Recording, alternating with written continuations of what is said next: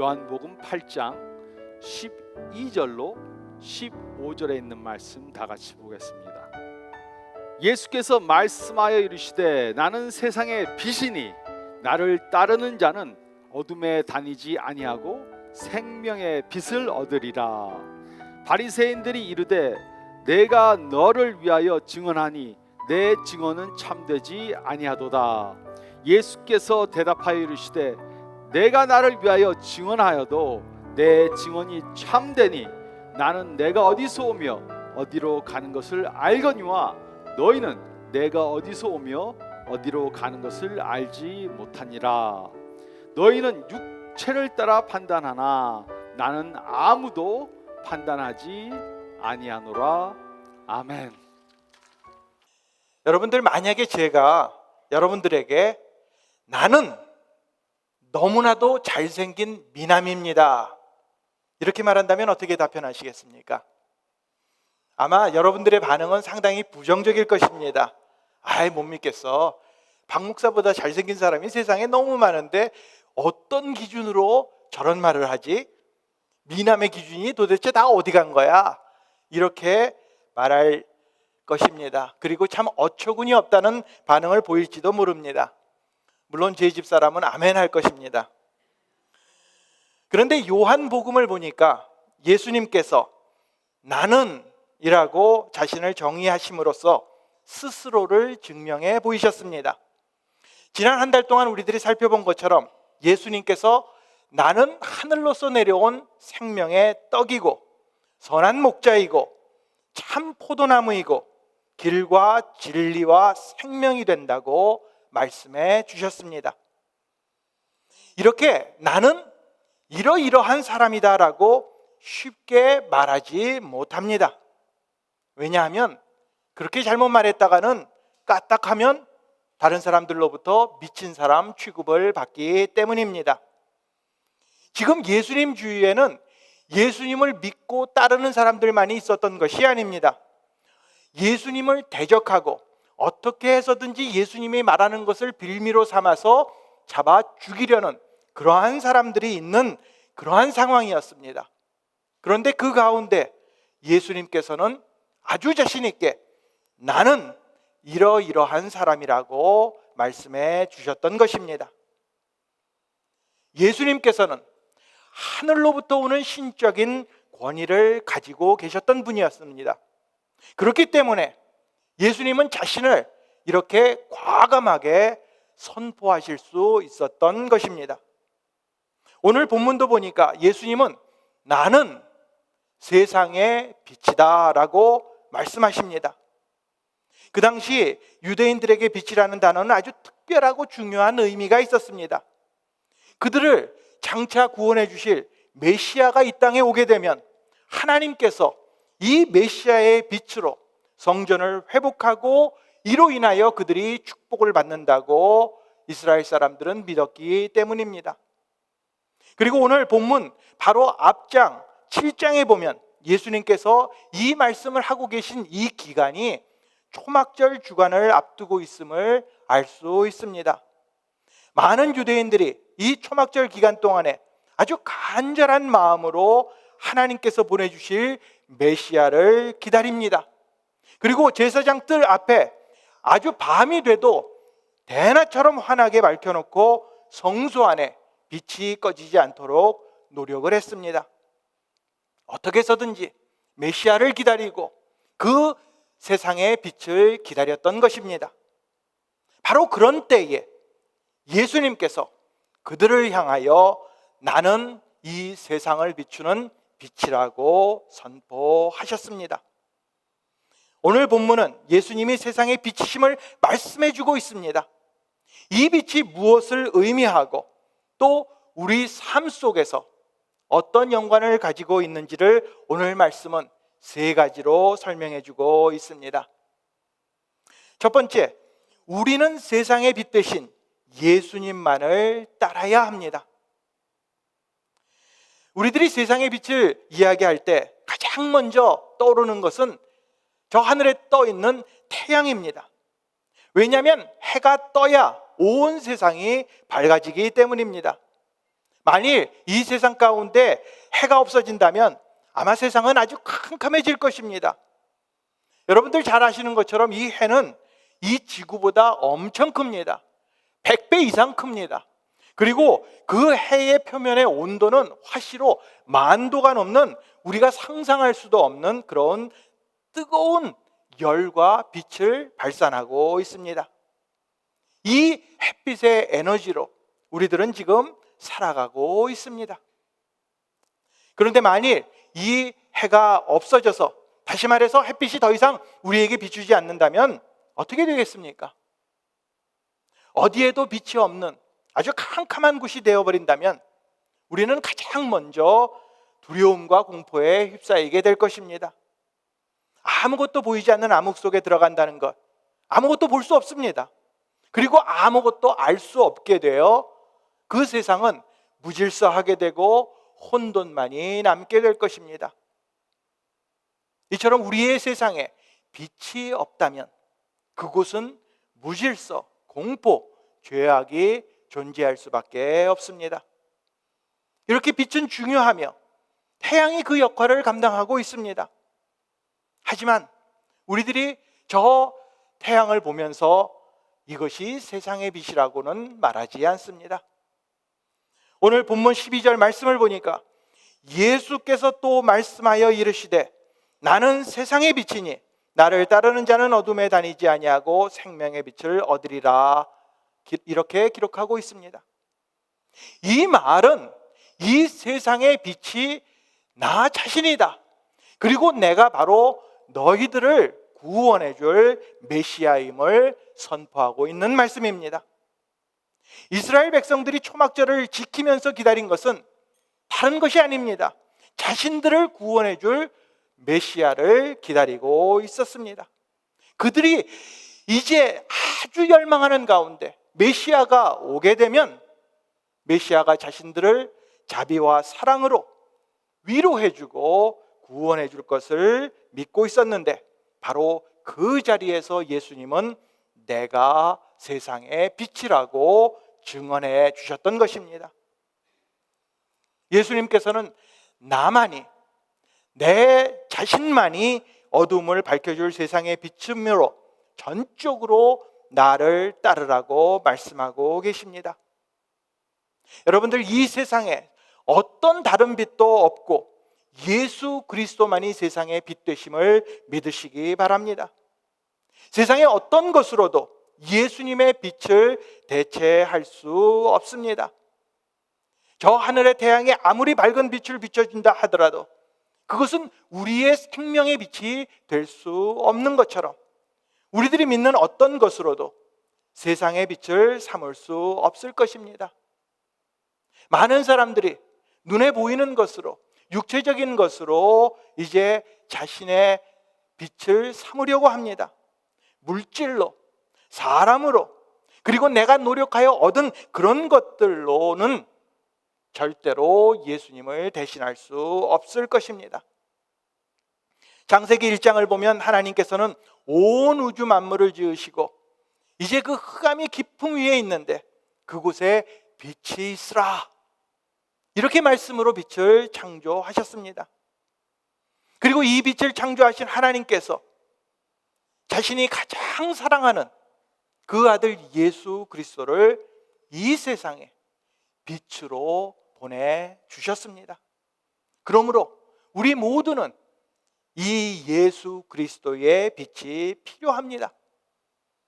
그리고 언젠가는 이 참된 빛이 온 세상에 가득 차서 어둠을 물리치게 되고 그리고 하나님의 선하심으로 충만하게 될 것입니다. 생명의 빛이란 예수님 한 분밖에 없음을 우리는 기억해야 할 것입니다. 다른 것들을 좇으며 더 이상 죄와 두려움과 불행과 무지와 어두움 가운데 거해서는 안 될 것입니다. 빛 대신 예수님께로 나아가 그 예수님만을 따르며 그리고 그 예수님을 통해 하나님과의 생명의 교제를 나누시기를 바랍니다. 우리는 세상의 빛 대신 예수님만을 따라야 합니다. 두 번째로, 우리는 세상의 빛 대신 예수님을 대적해서는 안 됩니다. 13절에서 15절은 다음과 같이 기록하고 있습니다. 바리새인들이 이르되 내가 너를 위하여 증언하니 내 증언은 참되지 아니하도다.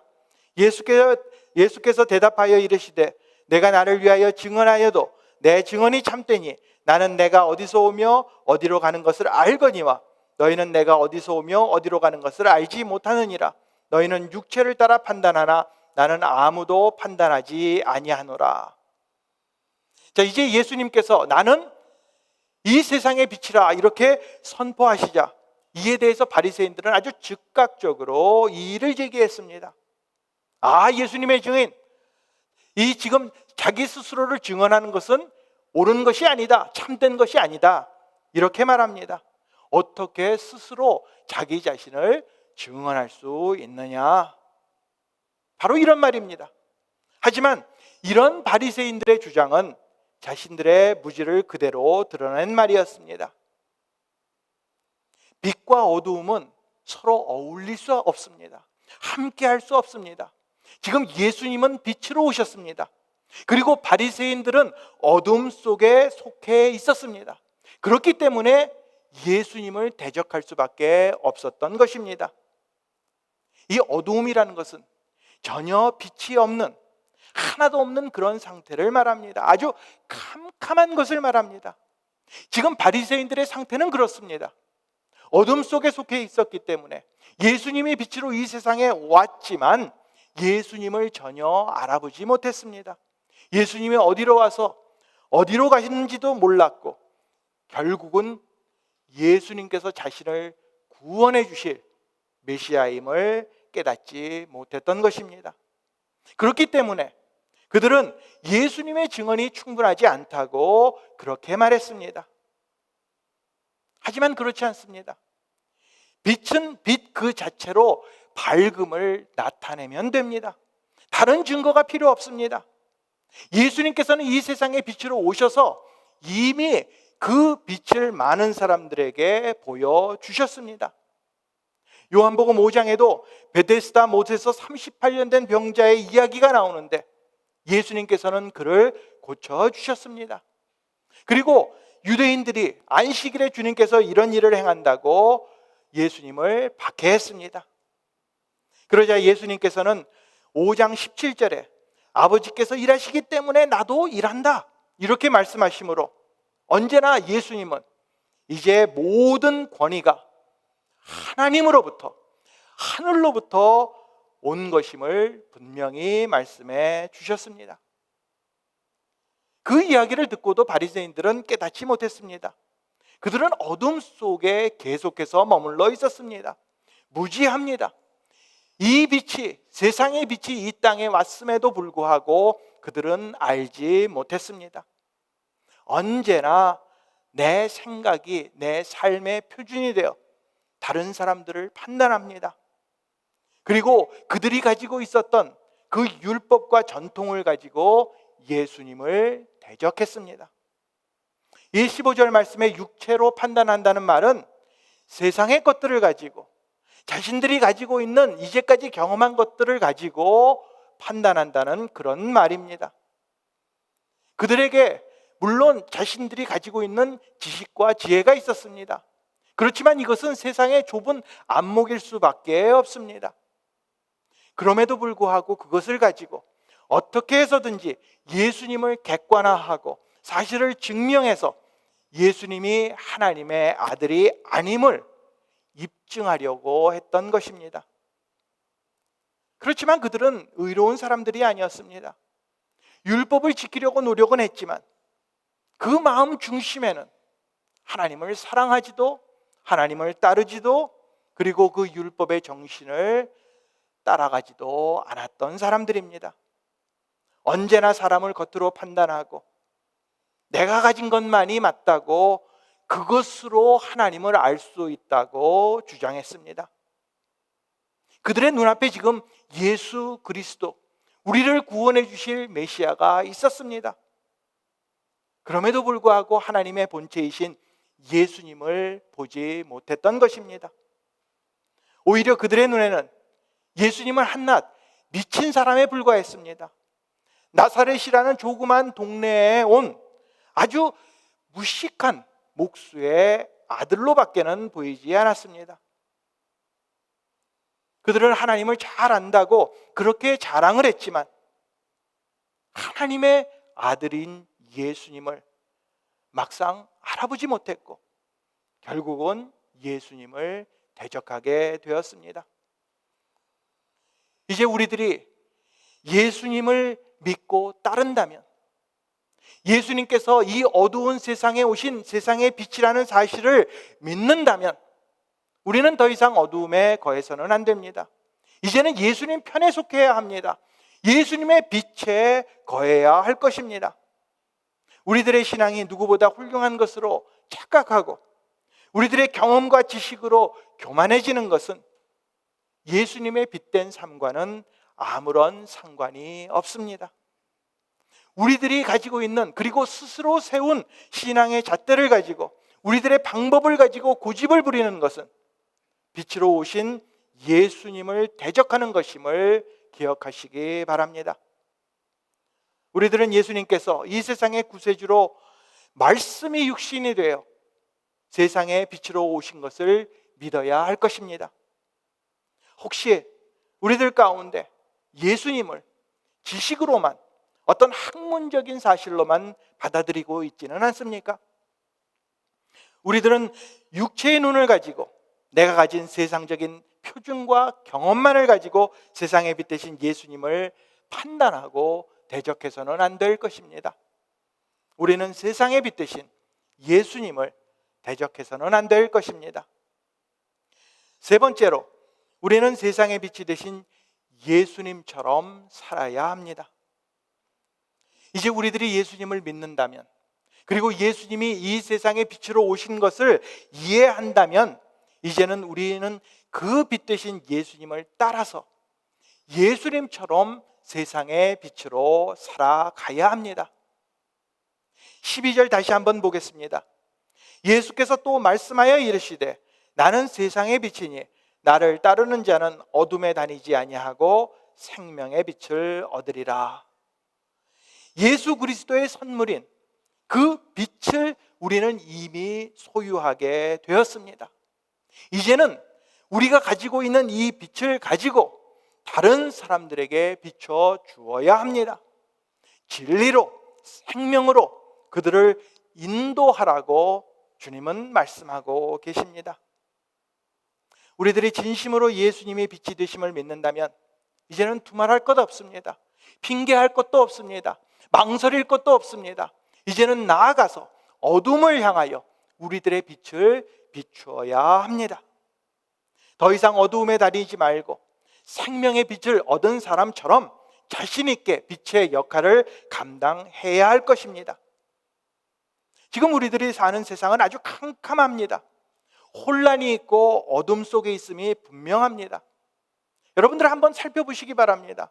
텔레비전을 보고 뉴스를 보면 이 세상의 모습이 그대로 나옵니다. 단순히 이 한 그룹과 한 그룹이 그 의견이 맞지 않는 것이 아니라 서로를 미워합니다. 그렇기 때문에 곳곳에서 테러가 일어나고 있습니다. 세상 어느 곳에서도 인종 간의 갈등과 증오로 가득 차 있습니다. 우리는 이런 거짓과 악함이 끊이지 않는 이런 어두운 세상 가운데 살고 있는 것입니다. 이뿐만이 아닙니다.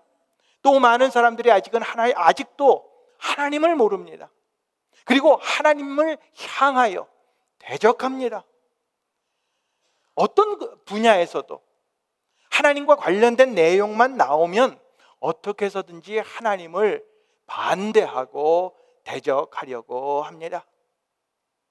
우리는 그런 세상 속에서 살고 있는데 그런 우리들을 향하여 주님은 이 세상 속에서 빛으로 살아가라고 말씀하고 계십니다. 기쁨과 감사와 만족보다는 슬픔과 불평과 원망 속에서 서로를 미워하며 무지함과 불신앙과 죄악이 관영한 이 시대 속에서 너희는 내가 너희에게 준 그 생명의 빛을 발하라고 말씀하고 계십니다. 그러면 우리는 어떻게 이 빛을 바라며 살 수 있습니까? 예수님을 통해 우리들이 새로운 생명을 얻었고 하나님의 자녀가 되었다면 우리는 이제 하나님과 함께하는 그러한 삶을 살아야 합니다. 그리고 이미 우리 안에 있는 예수님의 그 빛으로 그 기쁨과 그 평강을 다른 사람들에게 보여주며 나눠야 할 것입니다. 출애굽기 34장에 보면 모세가 하나님을 만났습니다. 그리고 그 하나님을 만나자 그 얼굴에 광채가 났다고 성경은 기록하고 있습니다. 하나님과의 만남을 통해 모세가 하나님을 닮아갔던 것처럼 우리들도 모세뿐만이 아니라 날마다 하나님의 임재를 경험하며 사는 우리들도 이제 주님을 닮아가야 합니다. 주님의 광채를 모든 사람들에게 발해야 할 것입니다. 이미 우리 안에 있는 그 주님의 밝은 빛으로 세상을 비춰가시기 바랍니다. 물론 우리들이 언제나 밝은 모습으로 살아갈 수는 없습니다. 우리 안에 고민이 있고 어려움이 있고 또 힘들 때도 있을 것입니다. 하지만 우리 안에 예수 그리스도가 살아계시고 언제나 우리들과 함께하며 그 빛을 통해 우리가 세상에 나아가서 빛을 발할 수 있음을 기억하시기 바랍니다. 우리로서는 할 수 없습니다. 우리로서는 우리의 그 부족한 모습 가지고는, 우리의 연약한 부분 가지고는 그들에게 빛을 발할 수 없지만 내 안에 살아계신 예수 그리스도를 통하여 이 빛을 계속해서 비춰가시는 여러분들이 되시기를 바랍니다. 사도 바울은 에베소서 5장 8절에서 9절까지 이렇게 기록했습니다. 너희가 전에는 어두움이더니 이제는 주 안에서 빛이라. 빛의 자녀들처럼 행하라. 빛의 열매는 모든 착함과 의로움과 진실함에 있느니라. 우리는 어두움에 있었습니다. 그러나 이제는 빛의 자녀가 되었습니다. 예수님을 통하여 이제는 빛의 열매를 맺을 수 있게 된 것입니다. 이제 여러분의 착함을, 의로움을, 진실함을 여러분 주위에 있는 모든 사람들에게 보여주시기 바랍니다. 여러분들이 하나님의 말씀을 따라서 살 때에 그렇게 되면 하나님의 사랑을 나도 모르게 실천하게 될 것이고, 그렇게 되면 우리들의 모든 이웃에게 빛을 전하는 빛의 자녀로 살게 될 것입니다. 예수님께서는 그저 나는 세상의 빛이라 이렇게 한 번 선포하신 것으로 그치지 아니하셨습니다. 이제 우리에게 그 빛을 전달해 주셨습니다. 마태복음 5장 14절에서 16절을 보니까 너희는 세상의 빛이라. 산 위에 있는 동네가 숨기지 못할 것이요 사람이 등불을 켜서 말 아래 두지 아니하고 등경 위에 두나니 이러므로 집안 모든 사람에게 비치느니라. 이같이 너희 빛이 사람 앞에 비치게 하여 그들로 너희의 착한 행실을 보고 하늘에 계신 너희 아버지께 영광을 돌리게 하라 말씀해 주셨습니다. 이제 예수님께서 이 땅의 세상의 빛으로 오신 것은 한번 빛을 비춰주신 것으로 그치는 것이 아니라 이제 우리도 세상의 빛으로 살 것을 말씀해 주신 것입니다. 예수님께서 어두움을 물리치신 것처럼 여러분도 그 어두움을 물리치는 싸움에 힘껏 우리의 모든 것을 다하여 예수님과 함께 싸우시기 바랍니다. 하나님의 말씀과 진리를 들고서 어둠과 무지와 불신의 이 세상에 맞서서 죄를 이겨나가시기 바랍니다.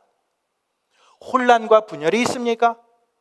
그곳에 하나님의 진리의 말씀을 전하시기 바랍니다. 슬픔과 미움이 있습니까?